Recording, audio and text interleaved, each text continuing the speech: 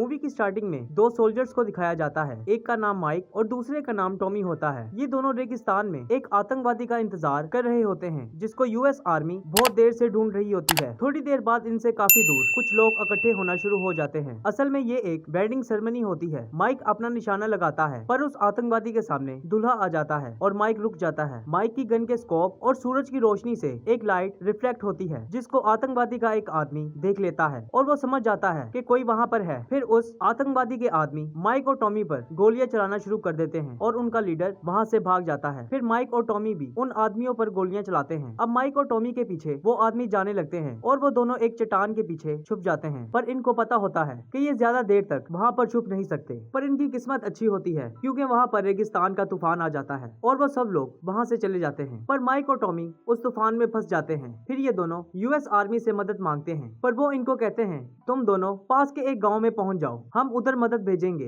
पर पास का गांव इनसे 5 घंटे की दूरी पर होता है। फिर तूफान खत्म होने के बाद ये दोनों उस गांव की तरफ चलना शुरू कर देते हैं और काफी चलने के बाद इनके सामने हवा में उड़ती हुई एक प्लेट आती है जिस पर डेंजर का साइन बना होता है। माइक कहता है हमें आगे नहीं जाना चाहिए। नॉर्थ अफ्रीका में काफी देर जंग चली है और उन लोगों ने हर तरफ माइंस बिछाई हुई है। पर टॉमी कहता है यहाँ से गाँव अब कम दूरी पर है, अगर हम गाँव नहीं पहुँचेंगे तो हम इधर पानी की प्यास से मर जाएंगे। फिर टॉमी माइक से आगे चलना शुरू कर देता है उसको ये बताने के लिए कि यहाँ पर कोई माइंस नहीं है। पर तभी उसका पैर एक माइन पे आ जाता है और एक ब्लास्ट होता है जिसमें टॉमी अपने दोनों पैर खो देता है। माइक जैसे ही टॉमी की मदद करने के लिए आगे बढ़ता है तो उसको एक क्लिक की आवाज आती है। अब माइक भी समझ जाता है कि उसका पैर भी माइन के ऊपर आ गया है पर अभी भी वो टॉमी की मदद करना चाहता है। पर उसको पता होता है अगर उसने अपने पैर को हटाया तो वो भी ब्लास्ट हो जाएगा। फिर माइक टॉमी से कहता है कि रेडियो पे मदद मांगो। पर टॉमी दर्द की वजह से अपने आप को हिला नहीं पाता और अपने आप को पहले पेन किलर का इंजेक्शन लगाता है। फिर वो रेडियो पर मदद मांगने की कोशिश करता है पर कनेक्शन नहीं मिलता। अब माइक अपने दोस्त की मदद करने के लिए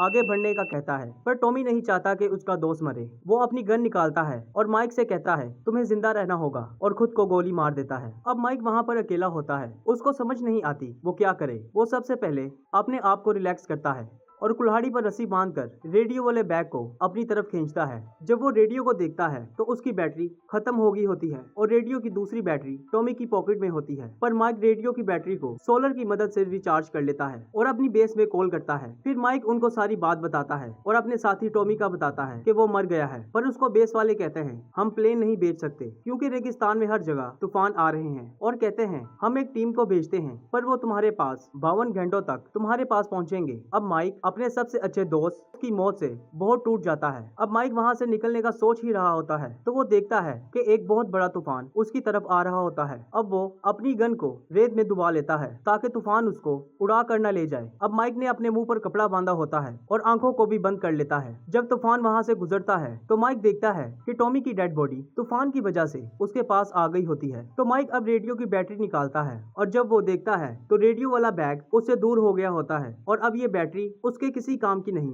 और उसका पीने वाला पानी भी खत्म हो गया होता है। अब माइक भूखा प्यासा होता है और अपनी गन निकालकर गोलियां चलाता है और जोर जोर से हेल्प मांगता है पर कोई नहीं आता। अब माइक तंग आकर अपने आप को गोली मारने ही वाला होता है तभी उसके सामने एक विलेजर उसकी तरफ आ रहा होता है। अब माइक उस विलेजर को सारी बात बताता है और उससे हेल्प मांगता है पर वो विलेजर माइक से कहता है तुम्हें अपना दूसरा स्टेप आगे बढ़ाना चाहिए। पर माइक कहता है अगर मैंने ऐसा किया तो मैं भी अपने दोस्त की तरह मारा जाऊंगा। फिर वो विलेजर माइक की तरफ जिगजैग तरीके से चलकर आता है क्योंकि उसको भी पता होता है कि यहाँ पर हर तरफ माइंस हैं। माइक उसको अपनी पानी की बोतल देता है और अपना रेडियो वाला बैग मांगता है पर वो विलेजर पानी की खाली बोतल लेकर वहाँ से चला जाता है। फिर थोड़ी देर बाद एक छोटी बच्ची माइक की तरफ जिगजैग तरीके से चलकर आ रही होती है और माइक के पास आकर वो माइक को पानी की बोतल देती है और अपने बैग से एक सोल्जर टॉय को निकालती है और माइक के पास भी ऐसा ही टॉय होता है जो उसको रेगिस्तान में मिला था। फिर माइक वो सोल्जर टॉय उस छोटी बच्ची को दे देता है और उससे अपना रेडियो वाला बैग मांगता है पर वो बच्ची भी उधर से चली जाती है और ये छोटी बच्ची उसी विलेजर की बेटी होती है। अब रात हो जाती है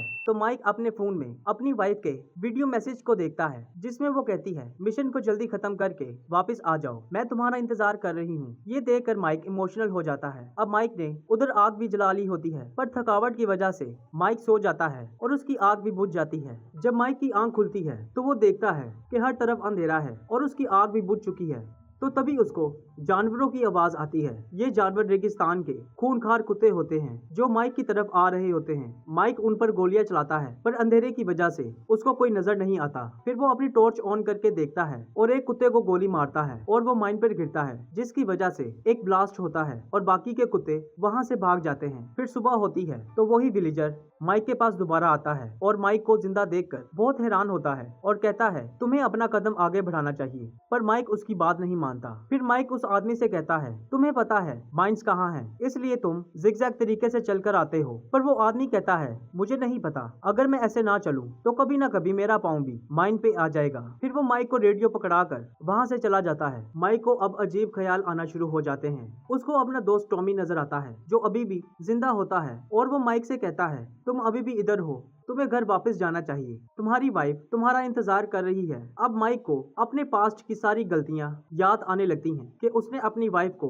हर्ट किया जब उसको ज्यादा जरूरत थी, तो वो उसको अकेला छोड़कर मिशन पर आ गया। अब दोबारा रात हो जाती है तो वो खूंखार कुत्ते दोबारा माइक पर हमला करने आ जाते हैं, पर माइक सारी रात उन कुत्तों का मुकाबला करता है और काफी कुत्तों को मार देता है। अब सुबह होने लगती है तो माइक अपनी घड़ी देखता है, अभी भी मदद पहुंचने में 7 घंटे होते हैं। तभी रेडियो पर माइक को उसके सीनियर की कॉल आती है और वो बताते हैं जो टीम तुम्हारी मदद के लिए आ रही है वो लेट हो जाएगी और वो टीम 10 घंटे लेट पहुंचेगी, मतलब अब टीम 17 घंटे लेट पहुंचेगी। वो माइक से पूछते हैं तुम और इंतजार कर लोगे, तो माइक कहता है नहीं। फिर माइक का सीनियर माइक की वाइफ से बात करवाता है तो माइक अपनी वाइफ से माफी मांगता है। फिर माइक को दोबारा ख्याल आता है कि उसकी वाइफ उसके पास सोफे पर बैठी है। अब माइक बहुत ज्यादा थका होता है और वो नीचे गिरने ही लगता है तो वो विलेजर माइक को आकर पकड़ लेता है। वो आदमी बताता है मेरा पैर भी एक माइन पे आ गया था, जिसकी वजह से मेरा पैर अलग हो गया था। जब मुझे हॉस्पिटल लेकर जाया गया तो वहाँ एक गाना चल रहा था, तुम्हें आगे बढ़ते रहना चाहिए, पर मैं वो गाना नहीं सुन रहा था, मैं बस अपने पैर के बारे में सोच रहा था। तभी उधर एक नर्स आई और उसने मुझे देखकर